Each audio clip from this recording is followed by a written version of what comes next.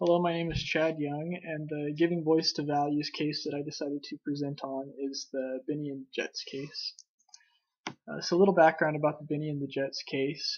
Binney, he has worked at Jet Energy for 2 years. He's now an account manager. In this industry, they have a regulation that you can't have more than a 12.5% return on operating income. And so this corporation, over the past several years, what they've done is they've decided to expense any insurance that comes into the corporation above the line as an operating expense. But then any rebates that come back from this insurance, they record that income below the line. And so what that does is it makes it so their operating income is lower than it actually is. So they can stay below that 12.5% maximum return. And so Binney, he has realized that this is a problem and now has decided to address this within the corporation.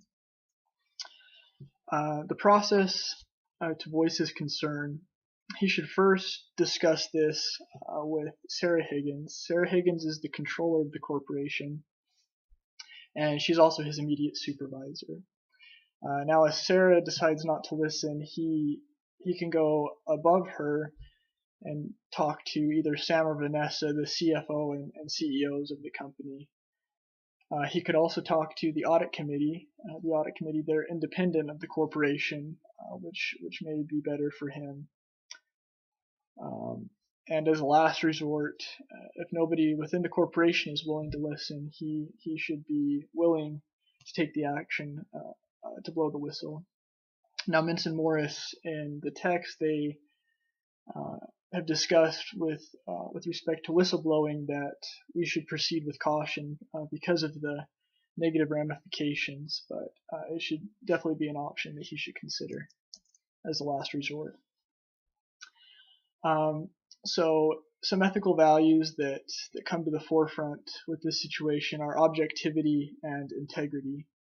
Now, with objectivity, he should be objective with regards to reporting and not bend the rules per se just for the corporation. Also with integrity, Minson Morris, they gave a good definition I liked that said that integrity is to be straightforward and honest in all professional business relationships. And reporting financial statements correctly is key to that. And so definitely integrity plays an important role in this situation. Some potential ramifications and rationalizations that can be brought up when Binney discussed this with others in the organization are: one, they could say it's too difficult to receive a 12.5% return, and so we need to report it this way. They could also say that shareholders would put their money elsewhere if we can't deliver an adequate return. They could say that we believe that the insurance rebates are reported correctly, or possibly that everybody else in the industry is doing it, so why shouldn't we? Some levers of influence that he could use. He could say that he has an ethical duty to report the financial statements correctly, and right now that's being impeded. He could also say that being in compliance to the rules and regulations in the long run help the well-being of the corporation. And he could also let those others within the corporation know that the customers, they deserve to pay a fair and reasonable price for their electricity, and that price has been set by the state. Any final advice would be that he should see their point of view, and that would allow him to have a better argument when he goes in to discuss this.